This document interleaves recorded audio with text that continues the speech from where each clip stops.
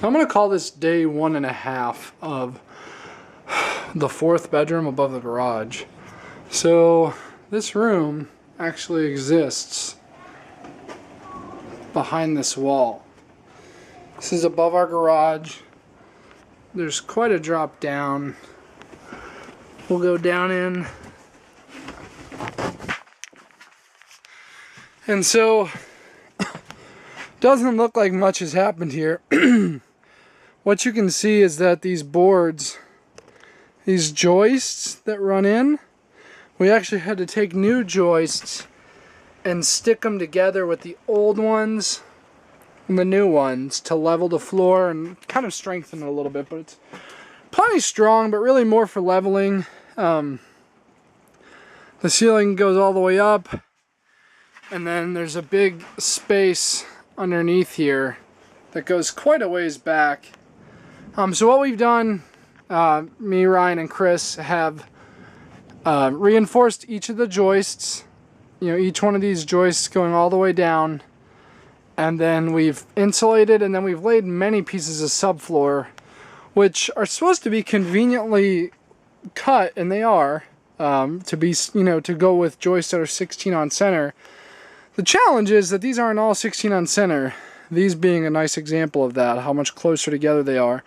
So it's an older house, 1948, and so you're running into some of that stuff, so we're kind of having to custom cut each piece and put it into the, screw it into the joist. So it's been challenging, but we're almost done with the floor.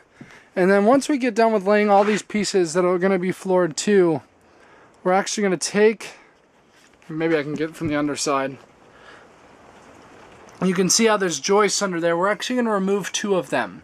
So we're going back all the way 1, 2, and then we're going to go back to that 3rd one. So we're actually taking the floor out from the main part of the upstairs right now. We're going to move this whole wall back about 32, 33 inches, which will take this ceiling further up, and actually it'll elevate almost to 10 feet and make this room about 11 by 10, 11.5 by 10. And then what we're going to do, obviously because of the difference in floor levels, is we're going to have a couple of steps just down into the room.